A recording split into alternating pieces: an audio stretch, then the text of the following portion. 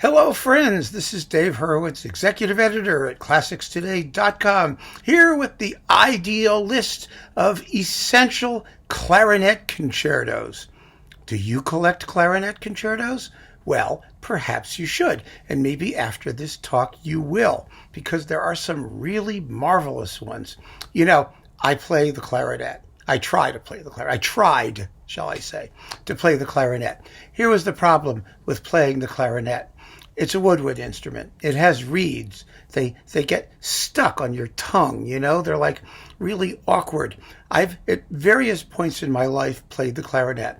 And I have to dedicate this talk, actually, to my college roommate, Jeff Blum, who gave me his clarinet when I was short one clarinet and wanted to pick it up again when I was in school.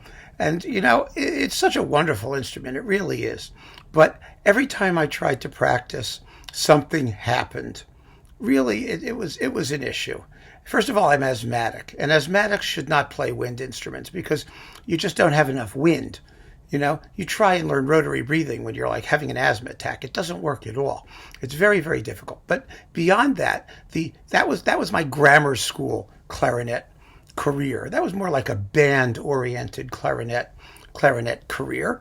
But then in college, I started again. And the problem I had with playing the clarinet is when I was done with college and I took it home and I had the clarinet and I would practice, our dog would try and attack me.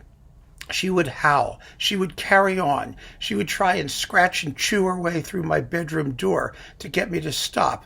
And I didn't think it was that bad. I really didn't. But I couldn't keep torturing the little creature. I really couldn't. She was a wonderful, wonderful dog. I mean, just a terrific dog. And, you know, I have a cat now. I love pets. So in the interest of avoiding cruelty to animals, I gave up the clarinet there. And then when I was in grad school, I was playing percussion more than clarinet. And so I sort of gave it a break. And I figured, well, I'll try viola because it's kind of like a clarinet. It's like that mid-range member of its instrumental family. But that didn't work too well either. The nicest thing about the clarinet is that I did discover that the second subject of the first movement in Dvorak's Seventh Symphony is absolutely perfectly written for the clarinet in its basic register without having to use, you know, that octave key, the overblow key thingy, you know, so it was very easy in terms of fingering. You know, it's da da da da da da da da da. Such a gorgeous tune. It plays perfectly on the clarinet. So if you play the clarinet, I really recommend you try Dvorak's Seventh Symphony. I just wish I'd had the opportunity to play it in an actual concert other than from the book of orchestral excerpts that I was working on. But yeah. So anyway, clarinet concertos. Where does that leave us? Well, the clarinet concerto you would think is a modern invention because the clarinet was a relative newcomer to the woodwind section, but it really wasn't. The ancestors of the clarinet, you know, gizmos like the chalumeau and some other things have been around for a long time. I mean, Handel used a clarinet in his opera Tamerlano. There are Baroque concertos for clarinet. Vivaldi included them in some of his concerti for molto strumenti, for like bag loads of instruments. He'd toss a couple of those salmo things in, which are ancestors of the clarinet. But as we all know, the clarinet really didn't get rockin' until the Statler brothers were hanging out in Vienna with Mozart. And Mozart wrote his famous clarinet quintet and, you know, some other pieces like the Kegelstadt Trio. I think he did that one. And of course, his very, very famous clarinet concerto, which was actually written for a basset clarinet, but gets played on the modern clarinet, and the parts kind of transposed. And the period instrument people made a big deal about it, and it really makes no difference whatsoever. Trust me, it's who cares? But that's where they start, with Mozart. And I often think that if Mozart had not written a clarinet concerto, we really would not have a lot of our repertoire for clarinet. We really wouldn't, because, I mean, I could do a sequel after the Mozart. This could be a sequel talk, because Mozart was the guy whose clarinet concerto really sort of established the instrument as a viable solo instrument in modern orchestral terms. And so here is the list of major clarinet concertos that you will want to add to your collection if you wish to have clarinet concertos. And this is, of course, a somewhat improvisatory and personal selection, but I think it covers the repertoire pretty well. I mean, all the major pieces up until modern times, which is a whole nother topic. So, first, Mozart's. You got to have a Mozart clarinet concerto. This is the Carl Böhm recording with some clarinet guy. Do we ever pay attention to who clarinetists are? Besides like Richard Stoltzman and a couple other people. Let's see who's doing this one. It's a very beautiful performance, by the way. It's Alfred Prinz, and it's with the Vienna Philharmonic, and it's just fabulous. Absolutely first rate. Also George Szell did one, I think, with Robert Marcellus. There's a lot of really good Mozart clarinet concertos. So, pick one, have a good time. Next, after that, the ones that you really probably will encounter are the two concertos by Weber. Now, Weber was a magnificent composer for wind instruments, and his clarinet concertos are in their way just as important as Mozart's were in establishing the clarinet as an important solo instrument. And he wrote a quintet, he wrote two concertos, he wrote all kinds of music for clarinet. So, and here are, let's see, this has all of them. This is Sabine Meyer. Remember her? The femme fatale of the Berlin Philharmonic? The one who caused Herbert von Karajan to walk away in a snit? Because he inserted her into the orchestra, and she was the first woman, and there was a whole thing, or I don't know, it was a whole... Anyway, she was a superb clarinetist, and this is with the Staatskapelle Dresden, conducted by Herbert Blomstedt. It's on Warner, it's still around, and it's wonderful. So you've got both clarinet concertos, the concertino for clarinet and the clarinet quintet in the version for string orchestra, which I assume was not by Weber. But what a lovely disc this is. And Weber's clarinet writing is always grateful for the instrument, and they're just lovely pieces. Absolutely lovely. And equally lovely, and these you may not know, are the three concerti by Bernhard Crussell. Now, Crussell was billed as Finland's greatest composer before Sibelius, which really isn't saying very much, because there really wasn't much. But he was a clarinetist composer, just as we had violin virtuoso composers, and a very, very good one. And he lived from 1775 to 1838, and he wrote 3 clarinet concerti. And they're marvelous. They're just marvelous. These are more sort of specialty pieces for clarinet folks, but they deserve wider currency because they're absolutely lovely, what you might call vaguely post-classical, charming works. Lighthearted, tuneful, perfectly written for the instrument, and you should know them.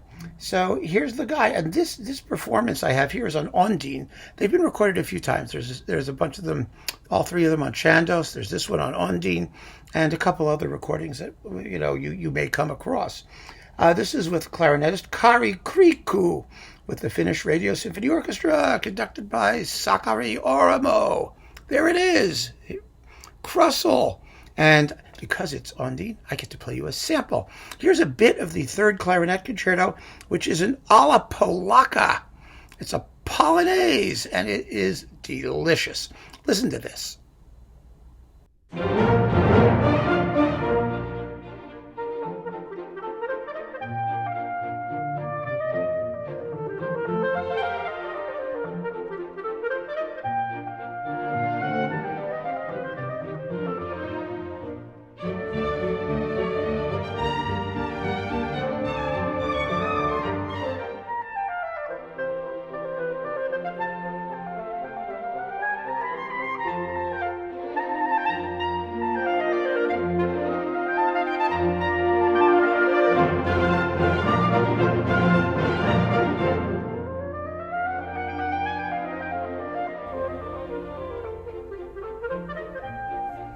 Isn't that fun? I mean, it's really fun. The clarinet has really the widest expressive range of any member of the woodwind family. And these are somewhat relentlessly cheerful concerti. There may be a limit to how much ha-ha kind of stuff you want with your clarinet. But they're not long, and they're refreshing. They're just refreshing and lovely pieces. Now, the next guy whose clarinet concertos you need to hear is Spohr. Good old Spohr. Now, as you may know, Spohr was an absolutely terrible composer. Really just awful in so many ways. He was humorless. He was very, very, very, very, very... He was the guy who gave kind of classical music a bad name. And everything he tried to do was serious, elevated in tone. He really wanted to be an aesthete. And he was a great believer in the preeminence of German music of a certain kind. He thought Beethoven was hopelessly crude and noisy and vulgar. He was effete, I think is the word for it. He was also more than 6 feet. He was a big, big guy, which added a lot to his reputation as a strolling violinist, because for those days particularly, he was monstrously gigantic. And his music is just the opposite. It's very soft-edged, somewhat weak-limbed. He was incredibly popular in his lifetime, and he was an incredibly nice guy. He really was. I mean, he was a noble, dedicated, idealistic, virtuous human being in every way possible, who just wrote incredibly tedious music, and tons and tons and tons of it. And, he was also very self-critical. He wrote things. In his autobiography, he talks about how he doesn't like them when he wrote them, and probably with good reason. I don't know. There are some people who go to bat for Spohr. There are a couple pieces that survive his 8th violin concerto. The Gesangszene violin concerto gets hauled out once in a while. Hilary Hahn recorded it.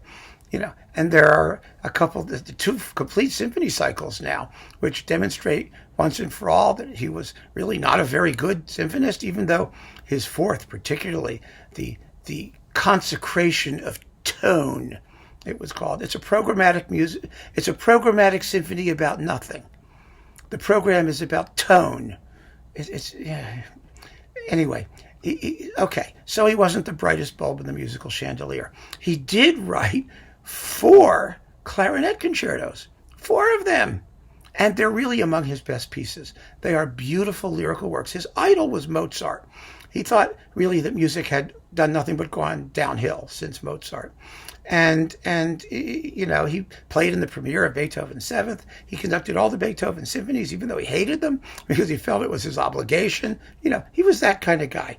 So his 4 clarinet concertos are really marvelous. Here we have them with Carl Leister. This is Orfeo with the Stuttgart Radio Symphony under Rafael Frubeck de Burgos. This is the set to get. It's been reissued recently at a good price on Orfeo, and they are wonderful. And 2 of them are actually in C minor, and one is in F minor, and the other is in E flat major. So if you have had your fill of happy, ha-ha, cheerful clarinet music, these minor key concertos actually have quite a bit of welcome contrast to them, and that's what makes them so effective.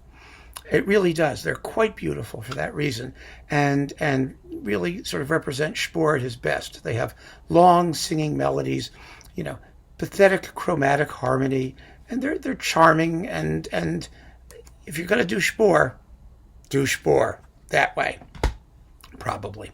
Anyway, then after Spohr, who's like writing in the 1820s and 30s and 40s, there's this huge empty void. This void in the clarinet universe. That doesn't mean people didn't write clarinet pieces. There's tons of them. There's tons and tons of clarinet music. But, there are all these little things. Concertstücken and concertini and teeny tony and little bits for clarinet and orchestra. And really, as I discussed in my talk for short works for piano and orchestra, there's no reason why an enterprising clarinetist could not put together a bunch of them and make a wonderful concerto-length program. It really would be terrific. But, the fact of the matter is, who's going to learn the stuff? who's going to perform this stuff. It's very difficult to do a 5-minute, 10-minute piece for clarinet and orchestra in a modern symphony concert. And virtuoso clarinetists still do not draw audiences the way violinists and pianists do, right? So there's this huge gap in the world of clarinet concerti. The other reason that I think clarinet concertos have a difficult time if you're not Mozart is that clarinet concertos tend to be short, even from any period. And the reason is the same reason I couldn't play the clarinet very well when I was younger. If you're asthmatic, it's because it's a wind instrument and you get tired. I mean, there's a physical limit to how much blowing you can ask somebody to do. Your lips get tired, your lungs wear out, and your tone starts, it just deteriorates. I mean, today's professional musicians are so good and so well trained. I mean, they're just the Olympic gymnasts of embouchure. You know, I mean, they just have, you know, embouchure, you could like crush steel in their lips like this, you know.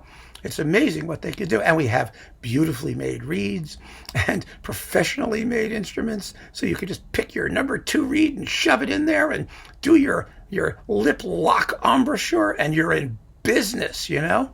So clarinet concerti could become a little bit longer as time went on. But, you know, up to that point, writing a long concert-length piece for clarinet and orchestra, just really wasn't going to happen. But eventually it did. And here are some of the good ones. All of the great clarinet concertos, really after Spohr, date from around the turn of the 20th century and then the 20th century. They're modern works. And I need to do a completely separate talk on modern clarinet concertos because there are a passel of them, and some of them are just great. But again, this is the ideal talk where we're trying to assemble a standard repertoire of chestnuts. And so something written in the past couple of decades hasn't had time to become a chestnut yet. It's more like an acorn. It may become a chestnut. So let's talk about the first modernish chestnut is Stanford's Clarinet Concerto. Now, Stanford is another one of those composers who was wildly variable and I think quite astonishingly unsuccessful as a symphonist quite often, but he wrote a lot of other good music. He really did. And his Clarinet Concerto is one of his best orchestral pieces. It's a beautiful, beautiful work. This is the Chandos recording with Janet Hilton. It's a 20-minute long piece, like most clarinet concertos. It's not going to, you know, deoxygenate the performer, and it's lovely. It's absolutely wonderful. The other good ones that came after Stanford, well, let's just stick around in England for a little while, shall we? Finzi. Finzi wrote a fabulous, fabulous concerto for clarinet and strings.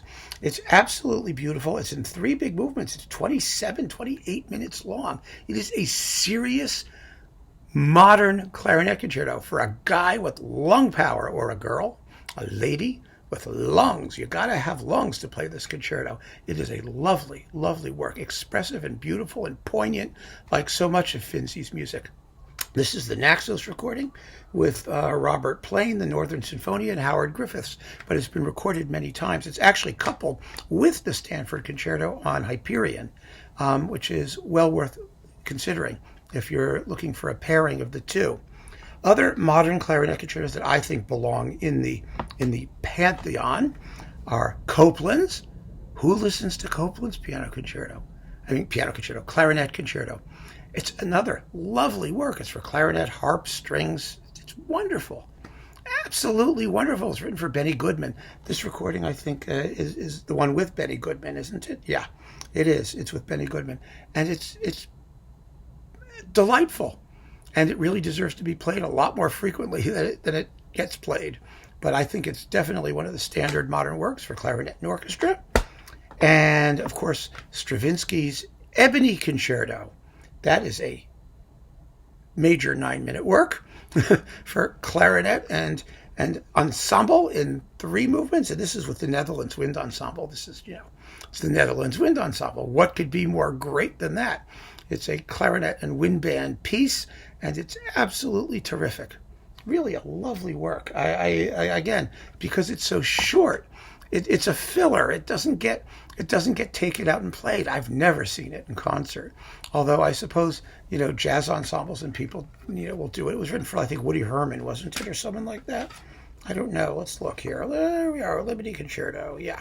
Well, it was written for whoever it was written for. But this is with George Peterson and the Netherlands Wind Ensemble. And the whole piece lasts 9 and a bit minutes. That's what happens with woodwind instruments. However, there is one clarinet concerto that is the clarinet concerto to end all clarinet concertos.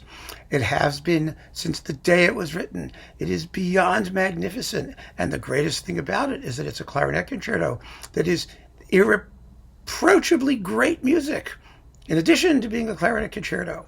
And that is Nielsen's. Now, the Nielsen Clarinet Concerto is such an extraordinary piece of music that you completely forget the fact that it's a clarinet concerto.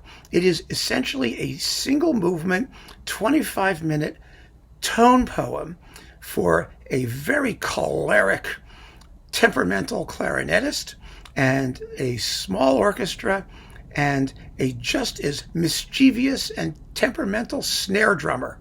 And the snare drum is as much of a solo as the clarinet is. And the two of them just have at it. The snare drum drives the clarinetist crazy. And the clarinet goes completely nuts. It is such an incredible piece. It does end quietly, which is always a bad thing in the concerto context. But then again, the clarinet is not exactly the most triumphant instrument you've ever heard. So it works. It works so well. But wow, what a piece this is. What an amazing piece. Nielsen, of course, was, if you take as an exemplar of his work, The Four Temperaments, he was the ultimate composer who was able to capture characteristics, personality in music. And his music really enacts the very human conflicts within a personality. And that's what happens in this clarinet concerto. It is so fabulous. This one is with Esa-Pekka Salonen and the Swedish Radio Symphony Orchestra. Håkan Rosengren is the clarinetist. It's a wonderful performance, but there are many, many fine ones. There's Martin Frost on bass, did a great one.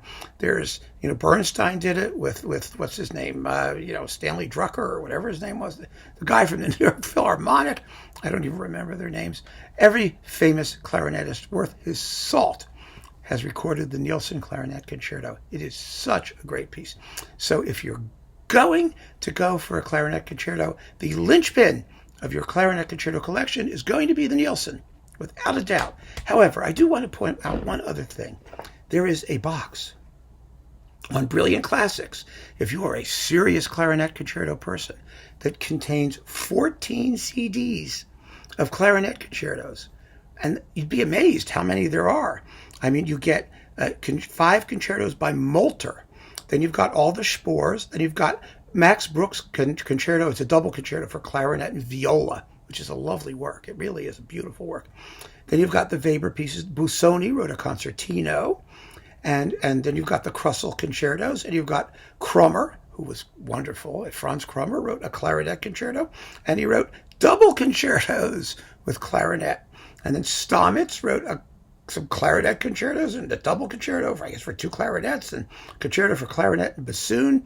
Mercadante wrote a concertino, 2 concertos, and a Sinfonia Concertante with a clarinet. So there you go. Hofmeister wrote a concerto and 2 Sinfonia Concertantes. And there's Behrman. Now, the Behrman actually had a 15 Minutes of Fame movement a few decades ago, too. They're good pieces. There's a Concertstück. There's 2 clarinet concertinos and a sonata. And then we have Finzi, Stanford, Copeland. And then Nielsen. Tonsman wrote a clarinet concerto. Hindemith. And then we have Rietz, Rossini, who wrote this introduction, theme, and variations. And Mendelssohn's 2 Concertstücks for clarinets. So, you've got quite a bit of unusual repertoire that's worth exploring. It really is worth exploring. Now, these are all licensed from various sources. It's typical of Brilliant Classics, but they're good performances. And it's if you want to make a killing and get all the clarinet stuff in one throw, the Brilliant Classics collection is a good way to go. But as I said, since 1950, 1960, there have been a slew of absolutely first-class contemporary clarinet concertos, which I will delight in telling you about in another talk, whether devoted entirely to the clarinet or to modern concertos or to clarinet or concertos for unconventional instruments, or I'll find a way. I'll find a way to integrate them in there. Until then, enjoy your clarinet concerti and keep on listening. Thank you. Take care.